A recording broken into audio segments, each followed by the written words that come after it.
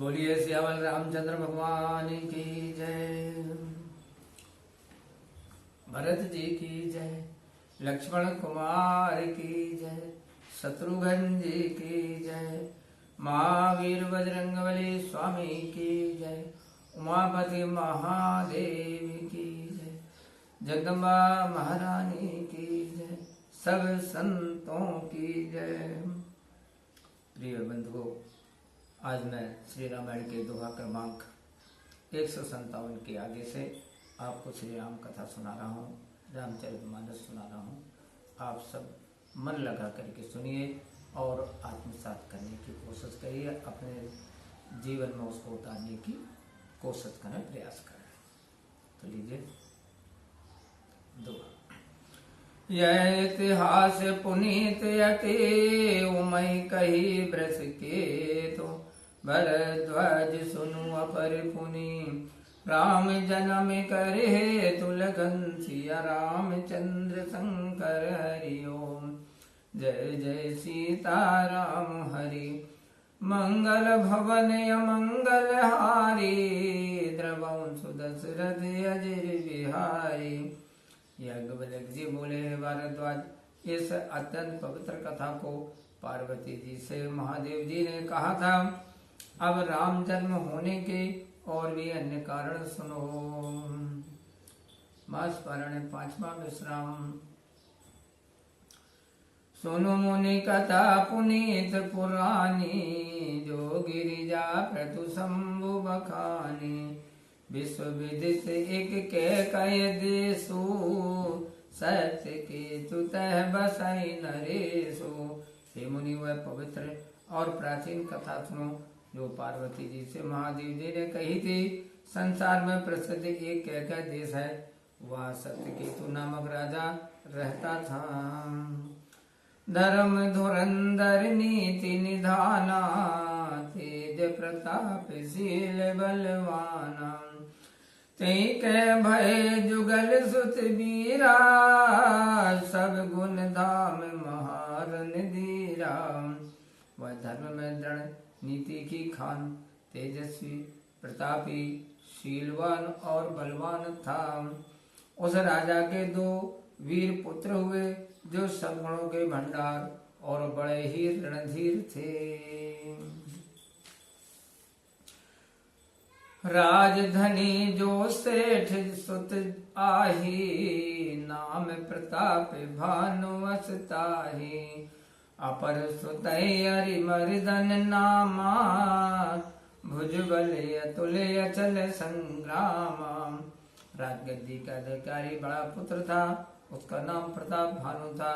दूसरे पुत्र का नाम अरिमर्दन था, उसकी भुजाओं में अपार बल था, वह संग्राम में अटल रहता था। भाई भाई परम समीति सकल दोष छल बरजित प्रीति। जेठे सुतई राज नृप दीन्हा हरिहित आप गवन बन कीन्हा। भाई भाई में परस्पर बहुत मेल और सब दोष व छल रहित प्रीति थी। राजा ने बड़े पुत्र प्रताप भानु को राज्य दे दिया और आप हरि भगवान की आराधना करने के लिए वन को चले गए। दोहा। जब प्रताप रवि भयो नृप फिरी दुहाई देश। प्रजा पाले अति वेद विधि कतौ नहीं अगलेश लगन सिया रामचंद्र शंकर हरि ओम। जय जय सीता राम हरि मंगल भवन अमंगल हारी द्रवंश दशरथ अजर बिहारी। जब प्रताप भानु राजा हुआ तो देश में उसकी दुहाई फिर गई। वेद विधि से वह अपनी प्रजा का भली भांति से पालन करने लगा, कहीं लेश मात्र भी पाप नहीं रह गया। नृपहित कारक सचिव सयाना नाम धर्म रुचि सक्र समाना। सचिव सयान बंधु बलबीरा आप प्रताप पुंज रणधीरा। राजा का हितकारी और चतुर मंत्री, धर्म रुचि शुक्राचार्य के समान नीति का ज्ञाता था। मंत्री चतुर भाई वीर बलवान और स्वयं भी महाप्रतापी और रणधीर था। सैन्य संग चतुरंग अपारा, अमित प्रभाव सब सुवट अपा जुझारा। इतनी प्यारी बात है।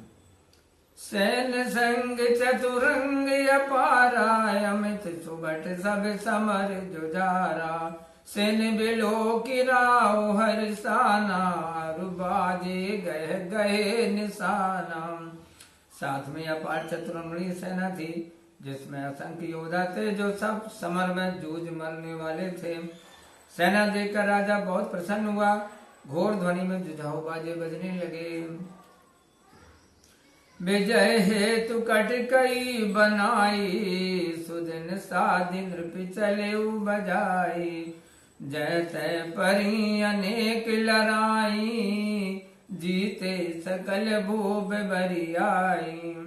दिग्विजय के निमित्त वह राजा अपनी सेना सजाकर और शुभ दिन देखकर डंका बजाकर चला। जहां तहां बहुत सी लड़ाइयां हुई, सब राजाओं को उसने बलपूर्वक जीत लिया। सत्यदीप मुज्ज्वल बस कीने, ले दंड छाड़ी नृप दीने। सकल यवन मंडल तेहि काला, एक प्रताप भानुमय पाला। उसने भुजाओं के बल से सातों द्वीप अपने अधीन कर लिए और सब राजाओं से कर लेकर छोड़ दिया। उस समय संपूर्ण पृथ्वी मंडल का एकमात्र चक्रवर्ती राजा प्रताप भानु था।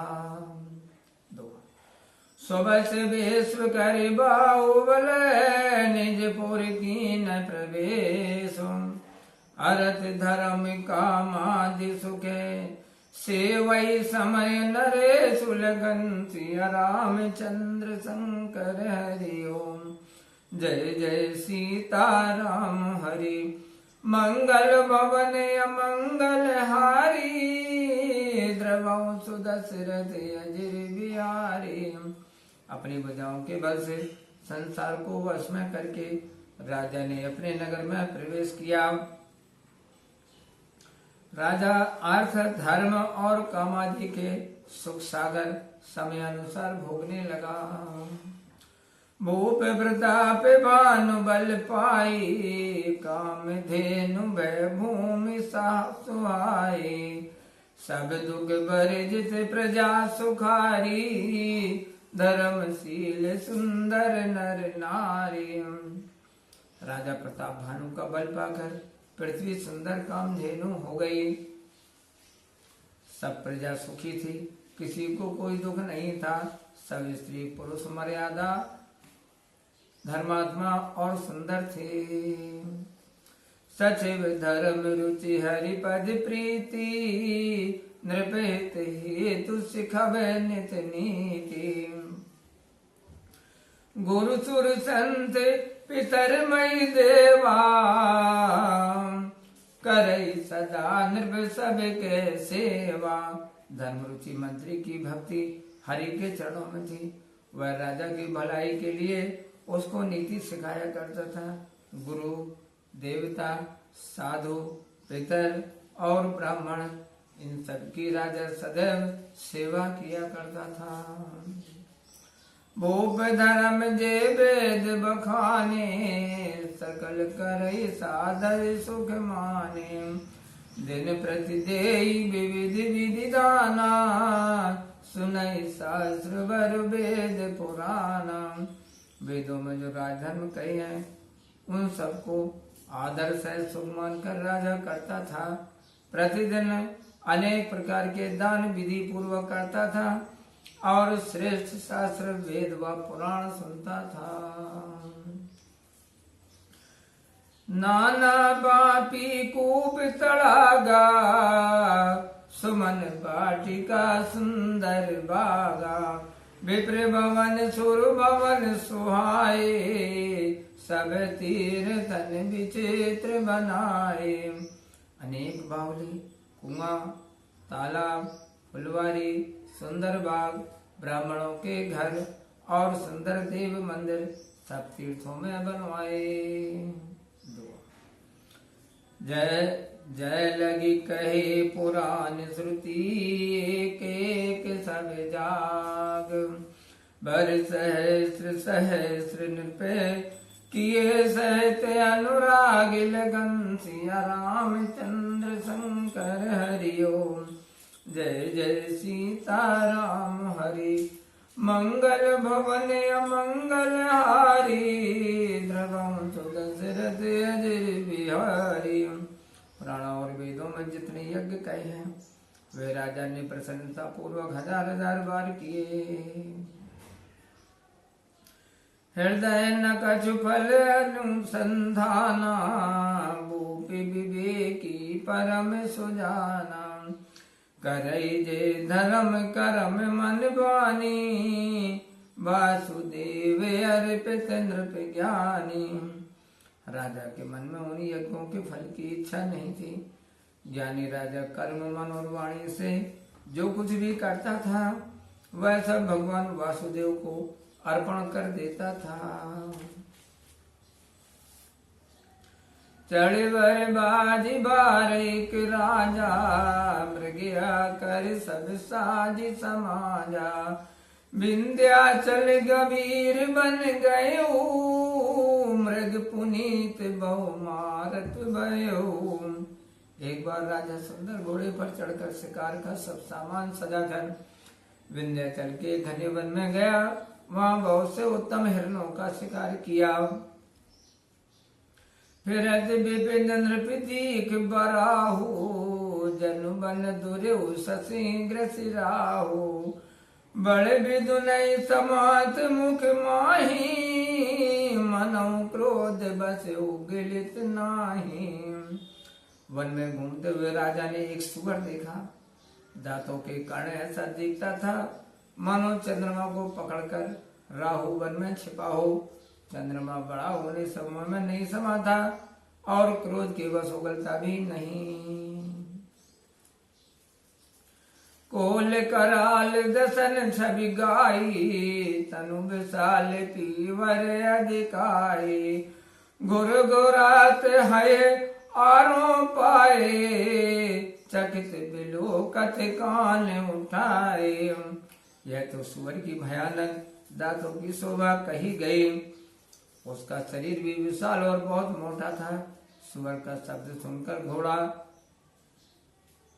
इधर उधर कान उठाकर देखने लगा। नील मही दर्श कर समय, देख विशाल बराओ। चबर चले वह सुटुकी नृप, हाँ कि न होई निभाऊ। लगन सिया रामचंद्र शंकर हरिओम। जय जय सीताराम हरि, मंगल भवन अमंगल हारी। द्रवं सुदशरथ अजर बिहारी।